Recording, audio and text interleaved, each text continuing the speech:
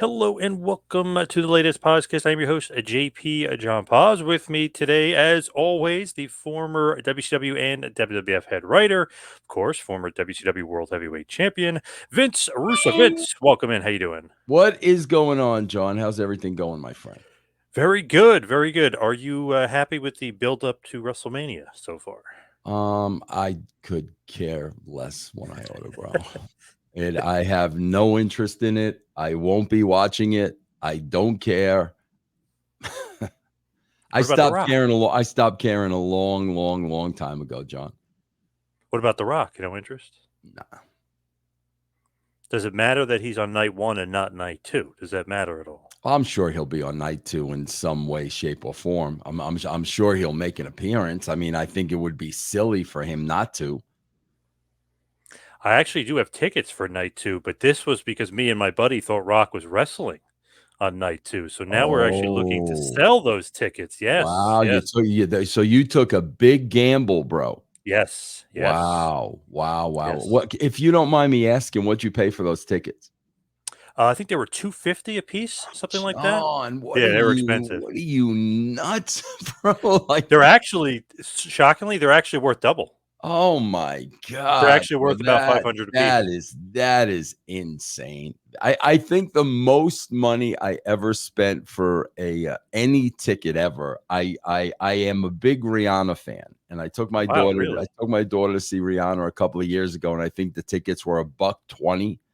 That's the most I've ever paid too. Oh my God, bro. Ticket prices these days are nuts. They went through the roof. It's crazy. Yeah, But yeah, we thought too, if he's wrestling, that's cool. You know, we've been fans forever. It'd be cool. Now he's not wrestling, looking to sell. It looked to be worth about 500 a piece. So hopefully I can get double my money yeah, back for yeah. that. That'd be nice. Hopefully, bro. Hopefully that'd be awesome. The most I ever spent for a ticket was 400. Got first row tickets for WrestleMania 15. Oh, that was one of my WrestleManias, wasn't it? Yes, yes. Wow. Bro, I swear to God, when I was, working and stuff, like I had no idea what ticket prices were. I mean, I had absolutely no idea what ticket prices were. Actually, if you look back at it, 400 for first row nowadays is probably like 4,000 or Oh, something. Like, yeah. so it's actually not that bad. Yeah. And it was the hottest period, pretty Yeah. much almost ever besides the Hogan stuff. But yeah, it was pretty much the hottest ever. $400, not bad. Yeah. Not bad. Not bad, bro. And guess who fell in our laps? Who's Stone that? Cold and The Rock in the main event. So that made it even extra special. Oh, I'm gonna have to go back and watch that, bro, so I could see a young John Poz, bro. Yes. I Yes. gotta watch that. That's awesome, man. Yes. My buddy had his Austin shirt on. I liked Austin and The Rock, but I had my Rock shirt on. So Yeah. you'll see. I think I even had a Hawaiian shirt on as well. Oh, One I of those gotta Rock check that gimmick out. shirts. I Yeah. gotta check that out. That's awesome. But that was like the coolest thing. Like Boys to Men are by us, and we're like, wow, this is pretty cool. And then the security is moving people out of the way, and all of a sudden, Austin the Rock fall on us. So very cool, cool Yeah, stuff. So well that worth is the very money. cool. That is very cool. Because if any of today if I was in the first row and any of today's wrestlers fell on me, I would tell them to get the F off of me, bro. If it was somebody from AEW, oddly would be bigger than all of them as well. Oh, So no, without a shadow of a doubt. now, as far as today and today's topic, I wanted to talk about a very special Raw. Of course, you were the head writer for January 4th, 1999 edition. Everyone knows it as the Mick Foley wins the world title Raw, and almost the Raw that you could say put the nail in the coffin for WCW Nitro as well, you could almost say. So interesting Raw. Also to note, it was taped December 29th, 1998, and it aired a week later, so it's recorded. So Right. obviously WCW knows the outcome of the show. Does that matter at all, you think, that recorded shows versus live? I think back then it did. I don't think today at all, bro. Like I'm reading about Impact Wrestling going live. Like what for? They don't even get it, bro. Live meant something when you were going head to head. That's when it meant something. When the Monday Night Wars were going on, bro, you had to be live because of situations like this. Now, bro, if any of these shows are live or taped, it's not going to matter one iota. That it just mattered back then because of the just the environment, bro. And you had, two super heavyweights going back and forth, and you needed every single advantage, and being live was a huge advantage. Today, it doesn't matter one iota. Nitro always live. Raw did tape. So, obviously, and this would be one of the cases. They taped 2 shows in one night, Yeah. which is okay. But with Bischoff out there, right? Eric Bischoff would give spoilers and stuff out to the shows. So sometimes that will work against you, and we'll find out later. Obviously, this isn't one of those instances. Him giving out spoilers actually worked against WCW at this point. Yeah, yeah. And I think, I'm sure Eric has spoken about it for a million times, and I would think that looking back on it today, I would think that he would be the first one to say it was probably a mistake to do what he did. Yeah, bro, very, very, very memorable night. When you look at that, right, and he says that, and you're thinking to yourself, like, oh, this guy's giving out spoilers to the show, it's got to be not underhanded business, right? But are you guys thinking, like, oh, come on, you can't do stuff like that? No, not Because at he would do all. that all the time, give out Bro, spoilers. not at all. Not at Oh, all. no? It was such a ferocious war, that everybody was gonna pull out everything they possibly could. So not at all, bro. It was expected. Nobody was surprised. But obviously that time it didn't work in his favor. No. So we're at the Worcester Centrum in Worcester, Massachusetts. I always get that messed up, but I nailed it this time. Worcester, Yeah, but and yeah, that I was an always want to epic, say epic, Worcester, but yeah, yeah, it's Worcester. epic battleground for WWF, going way, way, way, way, way back. That was always a big, big city for them. When you look at this, you had almost 11,000 people, so 10,668 people in attendance. Good crowd here. The final rating for the show, just to mention this off the top, 5.7 for Raw. Whew, man, that's insane. Nitro did a 5. And and So and also keep in mind, bro, people don't understand, like, today with how many viewers versus rating. it's That different. rating number is a lot higher than how many viewers, because the rating is with all the televisions that were turned on that night. Yep. What percentage was watching the show? So, people think that like 5.1 would be 5,100,000. No, bro, it's higher than that, because back then, bro, it was the rating. Today, it's the viewership. Those are two different things, bro. So back then, every television that was turned on Monday night, 5.1% of those people were watching Raw. So the audience would have been much higher than 5.1 million. A lot of people don't understand that, bro. They think it's the same thing, and it's not. True, very true. And with Raw doing 5.7 and Nitro doing 5, it means a huge chunk of people were Huge, watching wrestling, just huge, period. bro. Huge. Think about that, bro. How today it's such a niche market. 10% of the viewing audience was watching wrestling back then. Think about that. That's a huge number, bro. And to the point where NFL is begging, hey, can you guys go off on a different night? We'll pay you, to get off Monday night. You're killing Monday Night Football. Not even close to the case today. Now Monday Night Oh Football is God. taking a huge chunk of the audience, and Raw is like very, very niche. Yeah, bro. It's funny that you say that, John, because, bro, bro, WWE now they've gotten to a habit of, the show airs, Raw airs for me here from 6 to 9. So, bro, 8:30 they're going into the main event, and it's a half-hour wrestling match. What sucks, bro, is at 8:30 during, I'm immediately turning over to the game, and I'm coming back at like 8:55. It sucks when the season's over because you can't do that now. You know what I'm saying? So, like, I'm literally channel surfing until I get to the end of Raw, because I'm not going to sit there and watch a freaking 30-minute wrestling match, bro. Back then, I could care less like about football. I'll watch the highlights afterwards. Now, watch the game, you tape Raw, then you kind of fast forward to what you don't like. But especially if the Giants are on or something, I mean, or if it's a good game, watch Yeah, it Monday Night Football. absolutely. Back then, no Absolutely. way. Yep. Yep. Plus, maybe you flick back and forth between Raw and Nitro. You're not flicking 3 channels. You're not going, oh, Right. let me check Monday Night Football. It's Right. back and forth. Yeah. Yeah. So here, obviously, like we're talking about, it's a huge show just as far as being so memorable and so historical because of Foley winning the title, but because of Tony Schiavone's line, which is obviously fed by Bischoff, that, oh, by the way, Mick Foley, who used to wrestle here as Cactus Jack, wins their world title tonight in the main event. Yeah, that'll put some butts in the seats. So you're thinking, like, okay, obviously Schiavone felt bad about it years later because I know he's buddies with Mick, but Bischoff fed him the line to say it, like, yeah, that'll put butts in the seats, very sarcastically.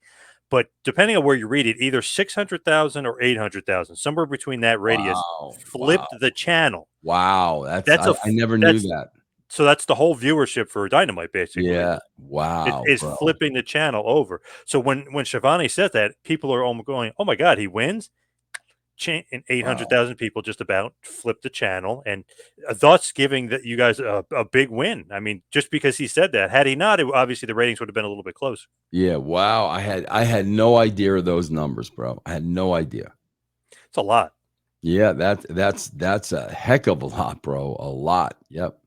Shows you that Foley may be a bigger draw and ratings draw than people kind of give him credit for. I always give, bro, you know what it is, man. I swear to God, what has to do with somebody drawing or not. I was talking about this last night on a show I was doing, like about John Cena. Bro, Mick Foley is just one of those guys that's a likable guy. More people really like Mick Foley because of like who he is, and that personality kind of comes through on TV.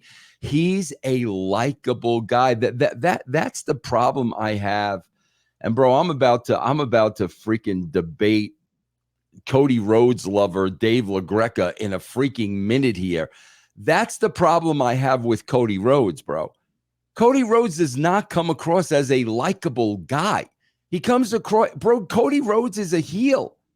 He's a freaking heel, bro. If he were a heel character, I would probably even like him. But to be a baby face and wear expensive suits and pocket watches and cut promos where he's talking over everybody's head, he's not a likable guy.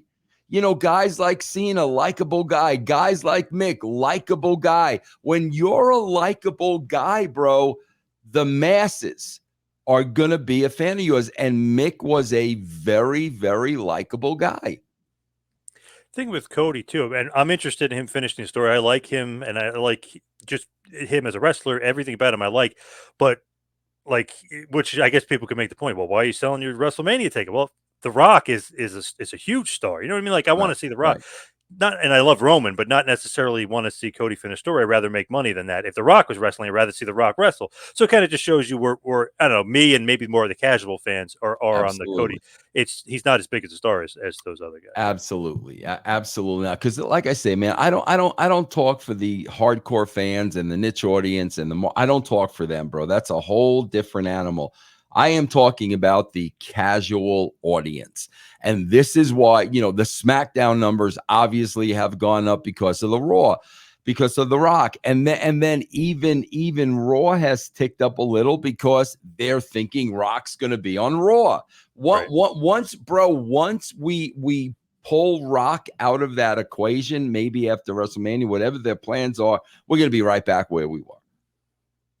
Seems like it for sure. Yeah. That's just the nature of it, but definitely without Rock, I mean, you're going to lose some casual fans watching. Yeah. I think it was about Cena. Just a little side note here. Everyone's saying, like, or a lot of people say, "Oh, he's the GOAT," and how popular he was when he's on top, right? And I know it's not all his fault; it's Vince. When he's on top and they give him the big push, more wrestling fans left the business than ever in the history before. So it's not like he's this huge draw. Yeah, bro, he's actually kind of like the anti-draw. We talked about this last night, man. I do a show on Sports Key. The EC3 is on there. We talked about this yesterday. Bro, the way I look at that is this. First of all, prior to John Cena, you had The Rock in Austin. Yeah. Cena ain't no Rock in Austin. No, not even close. So, yeah, right off the bat, bro, you can't compare him to Rock and Austin. Secondly, John, not for anything, Ed Ferrara and I had left. So, the writing wasn't what it was when you had Rock and Austin. And I will also say to that, bro, who was his supporting cast? When you had Rock and Austin, you had Mick, you had The Undertaker, you had DX, you had Kane.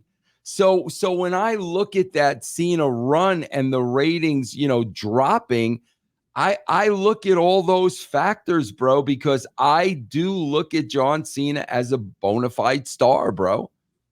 Definitely a star, and he sold a ton of merch, but like everything kind of fell off. The attendance went down, Yeah. and nobody wants to mention they want to call him the GOAT and everything else. I'm like, that is so strange because if you compare him like GOAT guys, Hogan, Austin, Rock, he's not even close. It's like he's Yeah. not even in the same stratosphere as those guys. But So I'm it's telling insane you to get too, bro. compared. Listen, not to pat myself on the back or not to give myself any credit, but bro, when you look at the time where the ratings were, and then when Ed Ferrara and I left, bro, it was not the same. They were not, storytelling the way we did. They were not developing characters the way we did. And I'll never forget, man, my last conversation with Vince. When I told him I was going to work for WCW, I told him, bro, you got a year to ride this wave. Everything is set up. It's all set up, bro. You've got a year to ride the wave. And bro, when you look at the numbers of when we left, that's kind of exactly what happened. They continued to ride the wave of everything we wrote. But if you look at a year later, that's when everything just started falling off. And again, bro, like I'll sit here and I'll tell you right now, if we were writing for Cena, that would not have happened. Yeah, he was. I mean, he's so corny, but obviously that's the direction they were going. So you can't really blame him 100%. Like that's Vince. I want to do PG. I want to get this Yeah, sponsor. I'll sacrifice this to get on this end. Yeah. So yeah, yeah, as far as this Raw, like I mentioned, the fans flipping over, Bischoff obviously feeding Shivani that line. Another thing is JR is not on the call. He's still out sick with the Bell's palsy and stuff. So it's Cole and Lawler, which may take away from a little bit of the call because Cole is kind of green at this point. You can yeah, really tell how green he is at this point. yeah. So That's a shame too, man. I know because What a imagine even great, Foley had said, like, imagine if JR called it. I mean, it would have been yeah. epic. That's a shame. That really is. Yeah, Cole did okay, and it's funny. Foley's trying to be nice about it. Oh well, he did good, meaning like you're no yeah. JR, but Right. not saying it. Yeah. Yeah, So before like this Raw going into it, we talked about this weeks ago with Rock Bottom. Austin beats Undertaker to earn the shot into the Royal Rumble, which obviously pisses off Vince, and Shane is pissed. And Undertaker's kind of a little bit hidden. Obviously, he's not far off, and he'll return with the more demonic gimmick, and he's going to have the acolytes with him and everything else, and then he's going to create the Ministry of Darkness. But obviously, Vince is pissed at him because he lost, and he's pissed that Austin's now in the Rumble. So what they do is, remember they do the little the whatever that tumbler gimmick where you pick the numbers. So, yeah. so Shane goes, just to be fair to Austin, I'm going to pick the number twice. He picks a number, it's number one. Okay, I'll just to be fair, I'm going to do it again. Goes and does it again. He's number one again. Yeah, it's great. That's So great. so great heel stuff from Shane and Vince. Yeah, And Shane was awesome at this point because he's yeah. such like an annoying So good. heel ball buster. Yeah, Yeah. just in the blood, bro. It's in the McMahon blood. I mean, I never take that away from them, bro. It was in the genes, man. They were all great performers. They were. Vince also basically says he wants to be in the Rumble because he wants to be the one to teach Steve Austin a lesson. And Right. Shane's like, well, since it's such a big moment, I want to train you. Remember they would do those awesome Oh, of videos, course. We chased the the chicken in snow, the yeah. freezing temperatures. I was there, bro. I produced all that stuff. I'll never forget that stuff, bro. So what's in your head like when you're producing? What do you tell? Like, what do you want out of it? You want like a Rocky Balboa thing, like At that kind of? 1,000%. Yeah, 1,000%. And like Shane to build him up, and Vince like really starting to really believing that he can win. I mean, that was the whole idea. Yeah. So at this point too, Shane has become a great character, but Vince is like basically going to be. I know he did technically wrestle before, but like now he's really going to be a wrestler. Is this something you guys talk about in the back, or is this like a joke, or is like he's dead serious about wrestling? Because Dr. Tom said like he was training him like as Oh if it yeah, was no, he anybody. wasn't serious about being a wrestler, but bro, if he is going to be in this role, he is going to be the absolute best he can be at it, bro. No question about it. So yeah, man, what Dr. Tom says, like 1000%. Vince has, no ambition to be a wrestler on the roster, but if he's going to do this, bro, he's not going to make himself look bad at all. Also teasing the fact that Vince loves Shane so much. At this point, there was such great relationship that when Mankind wrestles Shane a few weeks earlier on Raw, Vince is so mad because Shawn Michaels is the commissioner. I know we talked about this before. You're kind of teasing that Michaels is really a babyface, even though he's the commissioner, saying he's helping the McMahons. He kind of put Shane in that predicament to get beat up by Foley. So Vince is furious at him and basically says, I'm going to fire you as commissioner. And then Michaels gives him sweet chin music on an earlier Raw. So, I mean, teasing stuff with Michaels basically turning babyface, but Shane and Vince being so tight that Yeah, whenever something happens with Shane, Vince is furious. exactly. Right. Yep. So Hawk at this point too, around this time, admits that Draws was the drug pusher. Whose idea was this, and why? Wow, bro. I don't even remember. I don't even remember that. I'm sure it was mine and Ed's. Is Ed around now at this point? I Oh think yeah, 99. Yeah. yeah, no, I'm sure, yeah, no doubt it was ours because Vince wasn't coming up with any of that stuff. Yeah, I mean, bro, I guess it's just trying to find somewhere to go with the story. Bro, like again, man, so many times in wrestling today, I will see something start and then the next week it's gone. And I hate that, bro. I don't believe in that. I'd rather come up with some kind of an angle, some kind of an answer, some kind of a solution to kind of, tie up that bow than to just forget about it. I'm not that kind of a guy, bro. Because it happens all the time now in wrestling. So could it have been? I really don't remember it, John. Could it have been a bad idea? Absolutely, yes. It could have been a bad idea. But like I said, I'm kind of looking for a way to take this story in another direction, end this story, whatever, rather than just let it leave hanging, and then people are going to wonder what happened. Like with the Titantron thing, remember Hawk falls off. It's kind Yeah, of Draws' fault. Draws is trying to be an LOD member, so it is interesting. It's almost right, kind of ending it too, the storyline. But it is interesting because Draws. Wait a second, Draws was trying to right. be the next member of LOD. No wonder he was the drug Yeah, pusher to no, I mean, Hawk. Yeah. I can definitely buy that. I mean, I can definitely, understand that. Were you trying to be more like rated R TV programming rather than just wrestling? Like, hey, I'm going to do an actual storyline of like drug pushers and stuff like that.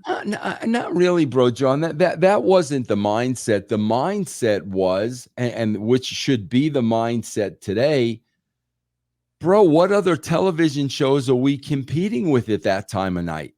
That's the mindset. Not that, well, we need to do more violence, we need to do more sex. We never looked at it that way. We looked at it as, bro, this is a show from 9 to 11 o'clock at night. This is an adult. This is not a kid show. So what are the other shows on the other channels that we are competing with, and what kind of content do they have? What kind of material? That's what we were looking at, bro. We never wrote anything to shock people. Never. I mean, never did we write anything that way. But we definitely wanted to be an adult show.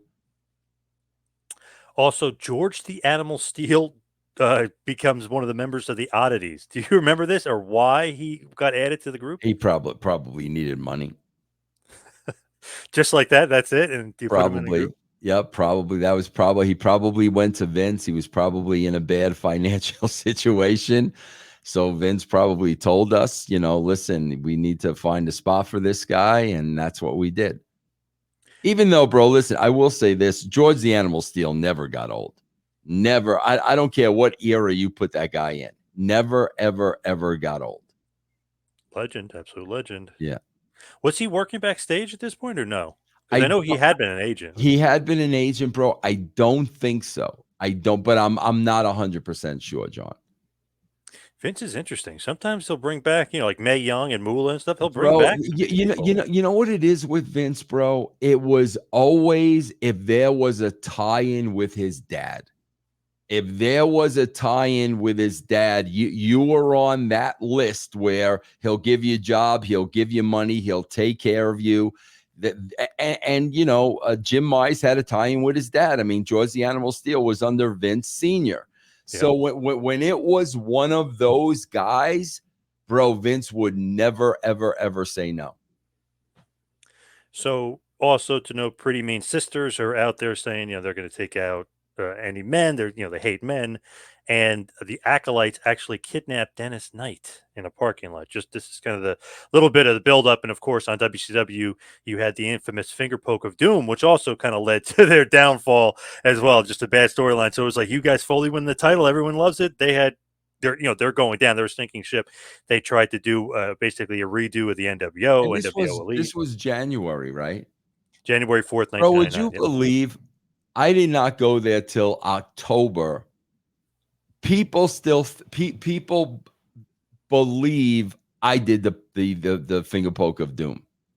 Oh my God, Yeah, that's yeah, Nash is booking at that yeah, point. yeah. Yeah, it's weird. They believe that I did that when I was at WCW. Meanwhile, I didn't go there till 10 months after. Right? Wow, weird. Yeah, They're way off. yeah, yeah, Can't believe that on the internet. I can't believe they're off. Huh? yeah. They're usually 100% accurate. Yeah, oh yeah, So absolutely. so basically this Raw starts as a little bit of recap video with Michaels technically getting fired, and basically they're going to show a little retrospective of his career because his career's over. But Vince immediately comes out, says cut that off, and and all the corporation comes out like, turn that Shawn Michaels craps off. He's gone. He's out of here. I fired him. But Michaels ends up coming out on stage saying he had an ironclad contract. You can't fire me. I'm still the commissioner. So very much of an interesting thing, just as far as Vince and Michaels, just teasing that, hey, maybe Vince doesn't have ultimate power. He was dumb enough to give this guy an ironclad contract. Writing wise, is that just a good way to kind of bust Vince's balls, because Yeah, he's got a great reaction to it? yeah, bro, conflict, man. Constant conflict. Bro, today, John, you have matches for the sake of having matches. There's no conflict, bro. The people love conflict. They love controversy. They love fighting. They love arguments. That's why, at that time, that's why Jerry Springer was so over. People love conflict, bro. And any way you can create conflict, people are going to be interested in it. Plus, Michaels throws out the little nugget like, hey, remember you said you wanted to be in the Rumble? Was your dream? Well, now, since I'm the commissioner, you're number 2 in the Rumble, which obviously Vince didn't want. And obviously Right. it pisses him off. So that was a great thing, too, because you need Vince in at number 2 if Austin's in number 1. I mean, Austin McMahon's going to drive the show. That's the whole thing, bro. Like a lot of people bury me and bury my writing and all that. And quite frankly, I don't give a shit, because those that do either didn't watch the show or didn't understand the show. Because, bro, there was such a thought process put in the writing for that example, like what you just laid out there. Perfect example. Bro, you don't see any of that today, ever. There's no, Vince's favorite word used to be nuances. There's no nuances whatsoever, bro. Wrestler A is wrestling wrestler B, and that's the way the entire show is from beginning to end. And that's the thing, bro. Like, people, I don't think they really understand the thought that was put into every one of these shows, man. And even he comes out with DX too, kind of giving backup because Vince has a corporation just in case. So he even has DX with him as backup, Michaels. So even that kind of makes sense, which is a little bit of foreshadowing, a little teasing of what's going on. But you guys had this laid out for weeks, because Michaels kind of at rock bottom, is kind of being babyface ish, and then a week later he puts Shane in a match with Mankind, which pisses them off. Like it was all kind of like leading, which is great because then Michaels can kind of help Austin out a little bit as a babyface. He can kind of screw Vince over. So you're right. It was good conflict as far as even Yeah, Michaels being the commissioner. and bro, like I've always told you, John, we wrote from pay-per-view to pay-per-view. So that really allows you to focus in on those 4 weeks. I mean, that's what we're doing right now. That's what's in front of us. These 4 weeks. So it really gave you the opportunity to just really focus on the next 4 shows. And then you got the pay-per-view. And then we focus on the next 4 shows. So the first match, Steve Blackman defeats Ken Shamrock 3 minutes, 30 seconds. Basically, Billy Gunn, Dan Severn interferes too, but Billy Gunn, who's kind of feuding with Shamrock at this point, gives him the Faymaster behind the referee's back, which enables Blackman to cover Shamrock. And then even when they go to the back, Billy Gunn and Shamrock are brawling in the back. You guys had this thing where you would, and I know it's kind of Crash TV, short matches. Do you like it's only 3 minutes, 30 seconds, Shamrock loses? Does it even matter that it's that short? Because I mean, it's just TV matches. Yeah, no, bro. I'm a firm believer, bro, of to the casual wrestling fan, when a wrestling match starts, I am of the mindset that once a wrestling's, and again, bro, I'm talking casual audience. I'm not talking wrestling fans. I'm not talking Dave Meltzer. I'm talking the casual audience. I firmly believe, bro, and my technique always was, once a match starts, the mindset of the casual fan is this: okay, what's the finish and what's next? Immediately, bro. Immediately. They're not wrestling fans, bro. They're there to see a television show. They're there to see everything in between. So that's why, a lot of these matches, 5, 6 minutes, because that's the mindset for, bro. It's my mindset today. I swear to God, John, most of my viewing is freaking YouTube, and I'm looking at the length. And the length of the video is determining whether or not I'm watching the video, bro. And I think that's the mind of a casual fan. When a wrestling match starts, okay, what's the finish and what's next? You don't want to lose their attention. For sure, especially with WCW there, that can just flick the channel and you might lose them. Yep.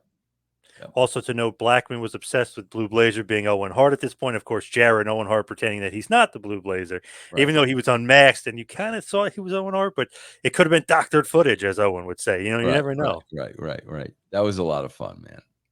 Foley comes out. He basically says he wants a shot at WWF title against The Rock at the Royal Rumble pay-per-view, which is coming up a few weeks later, but he wants that shot. Vince comes out. He says he can't even believe that Mick would do this.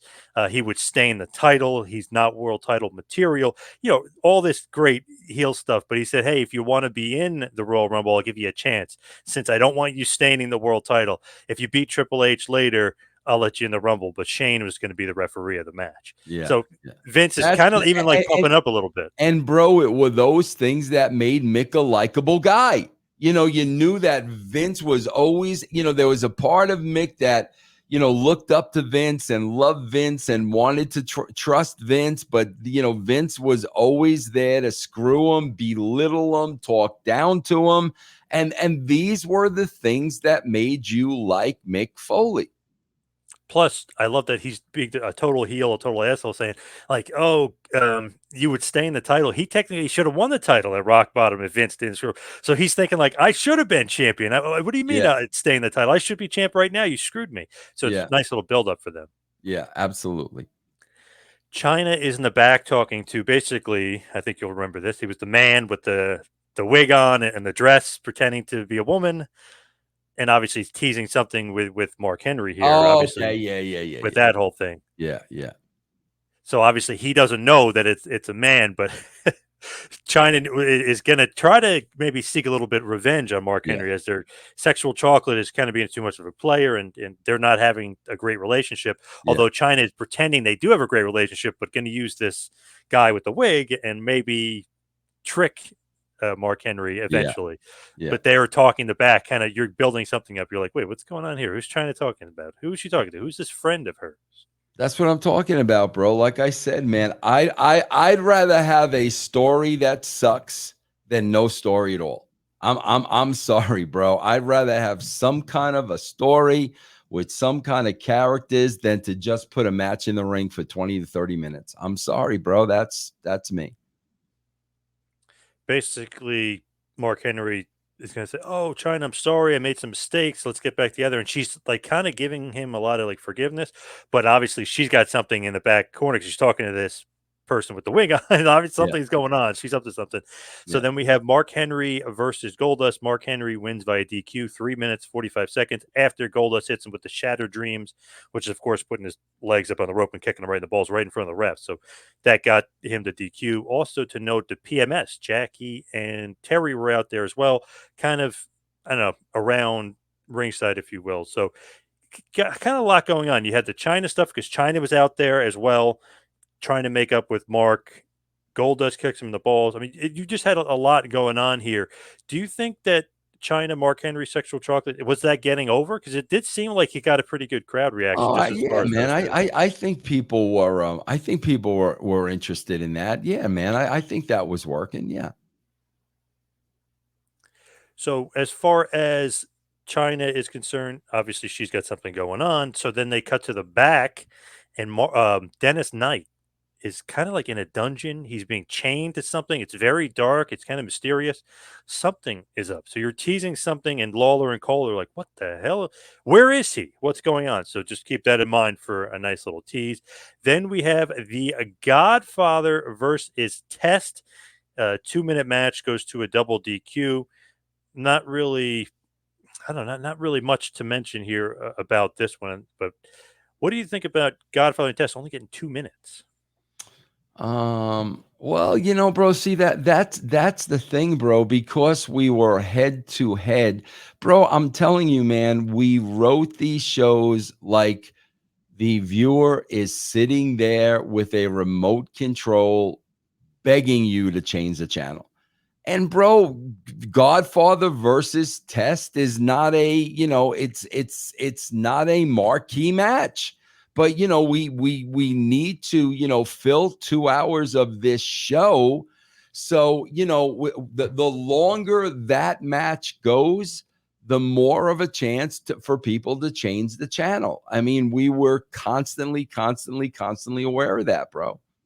And at this point, Test is basically the new hired gun of the corporation too. So that's kind of just a little wrinkle to throw in there. But it was weird. It was just it just felt like there's really nothing much going on in this segment. Yeah. Like, no, I But know not also everything can be gold, but also I would think if Tess was the new hired gun, you don't want to leave him in a long freaking wrestling match, bro. I mean, you want it to be short and sweet because you want to highlight Tess and basically see that Tess is a badass. Today that would have been a 20-minute match, bro. And yeah. and you would have killed Test's character. You would have gone 50-50. And then you would have been asking yourself, why the hell did the corporation hire this guy? He can't get the job done. Next up, Triple H versus Mankind for a shot, or excuse me, for a spot in the Royal Rumble. Triple H with China ends up getting the win in about 3 minutes. Shane McMahon is the ref. Obviously, Shane cheats because they hate Foley, and they established it earlier on that you're a stain and everything else. So not only does he not want to give him a title shot, he doesn't even want to give him a spot in the Royal Rumble. So Triple H, who's technically he's a babyface at this point, says, "I'm sorry" to Mankind after the match because Shane obviously helped Triple H win. He goes, I'm really sorry that I had to do it, but it's business. I want a shot in the Rumble, and I want a shot at the World Title eventually if I win the Rumble. So I'm sorry." And then he says, "You know what? To make it up for you, boom, nails Shane, gives him a pedigree, beats him up." Which leaves Mankind and Shane alone, and Shane's kind of beaten up. So Triple H kind of a little bit of a tease because eventually he'll turn heel at WrestleMania 15 a few months later, but a little bit of a tease of like he'll do whatever he can to win, but hey, I'm still a babyface, so I'm going to beat up Shane and help Mick. Yeah, yeah. Yeah, I mean, like I said, bro, this is all just, very, very interesting stuff where you don't know where this stuff is going. That's the whole thing, bro. You don't know what it's. I mean, I watched these shows today. I know what's next. I know what's next. I know what's next. the whole idea is you didn't know where this show was going, so you had to watch. That was the whole idea, man. Because if you didn't, you'd be lost. Because I mean, Right. you guys are really Right. with Foley. He's the thread throughout the whole show. Obviously, Vince is too. But Foley puts Shane in submission, and he gets the mic, and he says, "Vince, get out here now. I'm tired of being screwed over. I'm gonna destroy, break his arm, or whatever. I'm gonna really hurt Shane if you don't give me a WWF title shot." And Vince comes out, fine, fine. If you let him go, I'll give you the title shot. And then he said, "Oh, by the way, I want it to be tonight, and it's no DQ." Vince agrees as long as he lets go, and he's like, "That's my son, god damn it." You know, Yeah, yeah.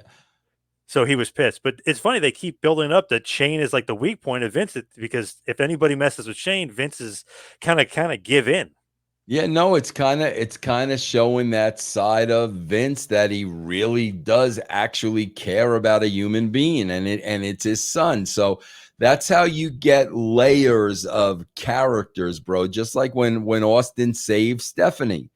Yep. That's how characters now, they're three-dimensional, bro, because now they're human beings. And as much of an a-hole that Vince is, we see that he does care about his son. Next up, we have Edge versus D'Lo Brown. It's going to go to a no contest in 5 minutes. Before I mentioned PMS, they're going to try to ruin matches and ruin men. So they try to here, but Terry Runnels gets knocked down and they bring her to the back. So that's why it's no contest in 5 minutes. It was actually a pretty good match up until that point. But basically, they have a storyline, or you guys had the storyline.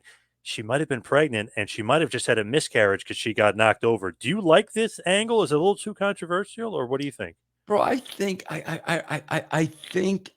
she had a problem with it. But again, bro, I am looking at, bro, what is on the other channels at 10 o'clock at night.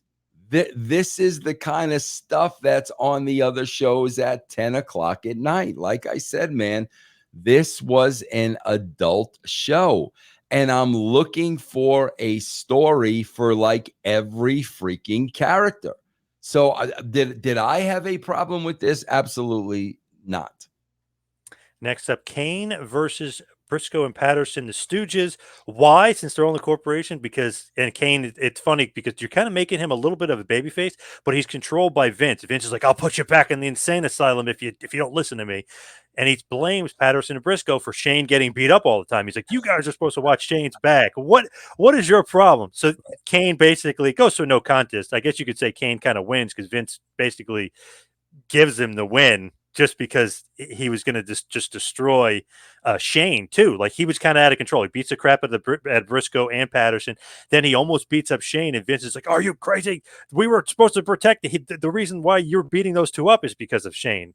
Yeah. So it kind of almost teasing that Kane is a babyface and knows that they're screwing him over, and he almost beats up Shane. And Vince kind of talks him out of it. "I'll put you back in the insane asylum. Better let Shane go." Right. So they Right. kind of just give Kane the win, but definitely teasing that he has ulterior motives. Like he basically hates the corporation, but is only listening to them because they got him out of the insane asylum. Yeah, and now that's the thing, bro. Again, that's the hook. Kane can snap at any second, bro. What week is Kane gonna turn? I mean, that's the hook, bro. Enough is enough, kind of thing. Yep. Yeah, yeah. Shane, of course, admonishes the Stooges. He's not happy with them. He says, "I'm going to send you guys back to the Briscoe Brothers auto shop." And of course, then the Stooges are arguing with each other. They go to the back, and we go back and we see Dennis Knight in this dungeon thing. He's still tied up. The acolytes, Farouk and Bradshaw, untie him. They unchain him, and they kind of lead him out of the room. So it's like, wait, what the hell? The acolytes? What's going on here? So almost building the little stable hill, building the Ministry of Darkness, but we don't know what the hell's going on, right? Right. Yeah, and you got to stay tuned to find out. Very interesting with just that stuff because you're just confused, but you're also intrigued. Yeah, no, bro, that's the key. I mean, that is how you keep an audience, tied in, emotionally, bro. They care enough to want to know what happened. Again, bro, I'm going to give you a perfect example. Did you watch Raw this past Monday night? Yes. So there's a gauntlet match, bro, the last 40 minutes to determine who's going to face Gunther. Okay, bro. because I'm not emotionally invested in any of these wrestlers, I don't care who wins. It doesn't matter to me. There's no emotional investment. Therefore, I am not interested in watching the match. So, you with these stories, bro, you're getting people emotionally invested, bro. It doesn't happen today, man. Gotta be honest, the only guy I cared about in that match was Gable because they had that video and they were kind of saying that, he lost in front of his family the last time he faced Gunther. So he was the only guy I was invested in. I was like, wow, if he doesn't win, and then he didn't win, I was like, wow, that was weird. Why would they kind of make me invested in him for him to lose? I thought that Yeah. was strange. I think they're gonna make that a three-way, I think. Hmm. Possible, yeah. And Yeah. it's funny, Zayn was supposed to be this big baby face. It felt like the crowd kind of wanted Gable to win because of that video, and he, Yeah. making it more invested in him. Well, Zayn, I don't know if they were that's invested anymore. bro. That's the thing with the WWE that I can't freaking stand. Where Sami Zayn runs the gauntlet, and then here comes a fresh Chad Gable, looks like $1,000,000, shoot wrestler, totally legit, and he can't beat Sami Zayn, who went through 5 guys. That's what I hate about the WWE, bro. Sami Zayn is somebody's boy, and so they're gonna put Sammy over, but totally 100% unbelievable. The next thing up here, the Road Dogg defeated Al Snow in 8 minutes and 30 seconds to retain his WWF Hardcore Championship. Match never really enters the ring. Road Dogg wins with a pile driver on a pallet, basically in the back. Kind of a long match, but it was fun just because, they're brawling everywhere. It's Well, almost like it's that's not the a thing, match. John, with all the research, and people don't want to hear this, bro, the matches that took place outside of the ring or the fights that took place, if it were outside of the ring, it always drew more than a regular match. And again, bro, that's the casual fans. If the casual fans, bro, are flipping through the channels, there's a big difference with them seeing a fight versus a wrestling match. They'll stop at a fight. And, bro, every time there was a fight on the show, it always outdrew the wrestling matches. Interesting. So then we go back to the back. The Acolytes then put Midian in a room with a mysterious, light in it. And he goes into the room. So it's almost like he's being sent in for some sort of transformation. And we just hear, maybe some screaming. We don't know what's going on. It's very, very dark, but the light kind of makes it very what the hell? What is this? Like exorcism? What the hell's going on here? And then the Acolytes close the door. So obviously they know something nefarious is going on with Midian or Dennis Knight at this point in that back room. So kind of like a good little thing, a good little tease for obviously Everybody the had ministry. something, bro. That's the whole idea. Everybody had something going. Look at everybody we've talked about on the show: PMS, Mark Henry, China. The Acolytes. Everybody had something going on, bro. Another interesting thing is they go to the back. DX kind of leads Michaels out of the building. Blah blah blah. So you're kind of wondering where Triple H is at this point. Just if you think about what's going on, he kind of helps himself get into the Rumble by cheating, but then he beat up Shane, so it's he's a face, he's a heel. You gotta just kind of wonder if we can trust Triple H at this point. So Michaels leaves the building. He's the commissioner, right? He just kind of set up Vince for the Royal Rumble in a bad thing. You could tell somebody's after him. So Michaels goes, "All right, I'll see you later." And for some reason, Triple H goes, "Maybe, maybe not." So, okay, it's okay, that was weird. That's a nice little tease, right? Then the camera gets knocked over, but Bossman, the corporation, beat the hell out of Michaels, throw his face through a plate glass window, throw him through the car, Remember that. I think and I he's remember that. bloody and he's destroyed. So the Yeah. corporation gets their revenge on him. Seemed like set up by Triple H. It seemed like. We don't know, but that's what it seemed like. Yeah. Yeah. Great stuff, man. Again, man, just keeping people's interest. Which is because it's wow, what the hell's going to happen to Michaels? Well, he must be gone now. Obviously, we'll see him in a few months later to help Austin get his title shot against The Rock at WrestleMania. But that was so interesting because you thought Michaels got the one up on him, and Vince is one step ahead again. Yeah, And of nope, course. he's going to beat. Because, bro, that's the thing, man. And I say this a million times. when I was writing the show, I was in the shoes of every character I was writing for. So if that happened, how would they react? What would Vince do? We were always in the shoes of the character, bro, and that's why stuff like that happened. Very cool angle just to see him going through the window and he's all bloody and there's glass everywhere. He's bleeding like crazy. Very cool angle. And then you throw in the thing where it's like, wait, what the hell? Did Triple H just set him up? I thought Triple H was like, Yeah. and then you realize a few months later, like, yeah, he probably did set him up Yeah, you because he's trying to want get to in ask good with the the corporation. bro. The more questions you can ask, the better. The more questions you can ask, the better. Next up, the no DQ match for the WWF title. Mankind with DX with him, Billy Gunn, China, Road Dogg, Triple H, and X-Pac will defeat The Rock, who had Kane, Ken Shamrock, Shane McMahon, Test, Big Boss Man, and Vince out there with him. Obviously, this no DQ match went 9 minutes with Foley getting the win. Man, the crowd is, first of all, just crazy nuts. We have, DX interfering. We have the corporation interfering. One guy we haven't seen yet, although Michaels teased it earlier because he said it's going to be a stone cold crazy night, so he's teasing something.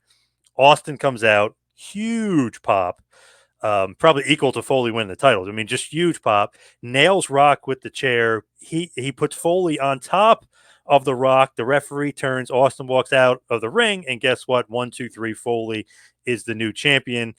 Of course, Austin flips Vince, even throws his hat out. He's like, "You screwed me. You ruined it." That's the beautiful thing that we did right there, bro. I always refer to this as setting the table. Bro, when a wrestler's coming back from an injury, or you're debuting a new wrestler, you want to set the table, bro, so when they come out, they're gonna get the biggest pop possible. Look what we did here, bro. We made people forget about Steve Austin. All this stuff going on with Mick Foley the whole entire night. Now we've forgotten about Austin because now Mick's got our attention and this main event's got our attention. Austin's an afterthought at this point. Then when you hit his music at the very end, it explodes. That's how you set up talent, bro. That's how you get talent over. So we purposely held Austin back, wanted people to forget about Austin for that moment. Cole, I feel like kind of overdoes it. You could tell he's green here, saying like for all the people that said he couldn't do it, or people, like the underdog, he did it. He just, you could tell wasn't good at this point. It was a little green. Still not a terrible call, but just wasn't what JR. I mean, JR would have made this over the top great. Yeah, absolutely. Of course, Mick says Big Daddy O did it. He did it for his kids. And Vince says, this makes me want to puke. Anybody but him, not him. This guy's a stain. Austin you're a dead man. So just really kind of funny stuff. But man, the crowd goes nuts. And then he does the infamous victory lap around with the belt. The crowd is crazy. They didn't think he was going to win the title at all. I'm looking forward to seeing that, bro, because I review the Attitude Era on russosbrand.com every 2 weeks. I'm looking forward now to getting back to that. I have not seen that in ages. Very, very good. And obviously the crowd is like insane. Like, you want to talk about loud pops. It is crazy loud. It's just insane. Wow. One of the loudest pops between Austin helping and Foley winning. The crowd absolutely loved it. And it just showed you he was world championship material with the way the crowd reacted. He is a huge star. Absolutely. Without a shadow of a doubt. Vince obviously is going to be very, very pissed, and now he's in the Rumble #2 with Austin at 1. So it's like everything he thought he got the one up because he took out Michaels, but everything seems to be working against him at this point. Yeah, bro. Like I said, man, that's why say whatever you want about me. Like, honestly, bro, I'm at a point in my life. I could give a shit about wrestling. I could give a shit what people think about my career. I could give a shit about any of that. But the bottom line is, John, as we walk through these shows, you are seeing the thought that is put into every single thing. Whether you like it or don't like it, we are not writing this show at 4 o'clock the day of. And shows, just like I said, bro, for the last freaking 25 years, shows have not been written like these shows were written. Now, obviously, you got to give this a thumbs up just because of what happened in the show and building all the storylines and building even into the Royal Rumble and beyond. But also 5.7 versus 5.0. And this is kind of where you guys really just kind of take it Yeah.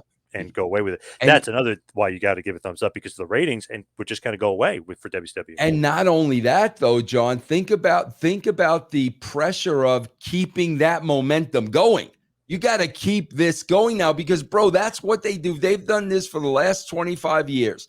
The night after WrestleMania, bro, you know you're going to have a huge crowd. Everybody's going to tune in to see what happened. And then what do, bro? They deliver a subpar show. And by the time you get to next week, we lost everybody that we gained from WrestleMania. So keeping that momentum going, bro, is not an easy thing to do. Very, very true. Now let's hit the plugs and wrap this bad boy up. You can follow me on Twitter and Instagram at 2Man Power Trip. Vince, what about you?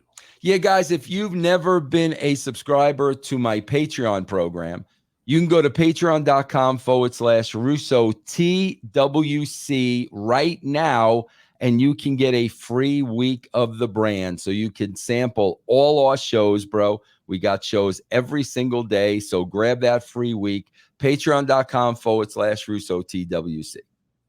All right. Thank you, everybody out there, for listening. We'll see you right back here and next time. Have a good one, folks.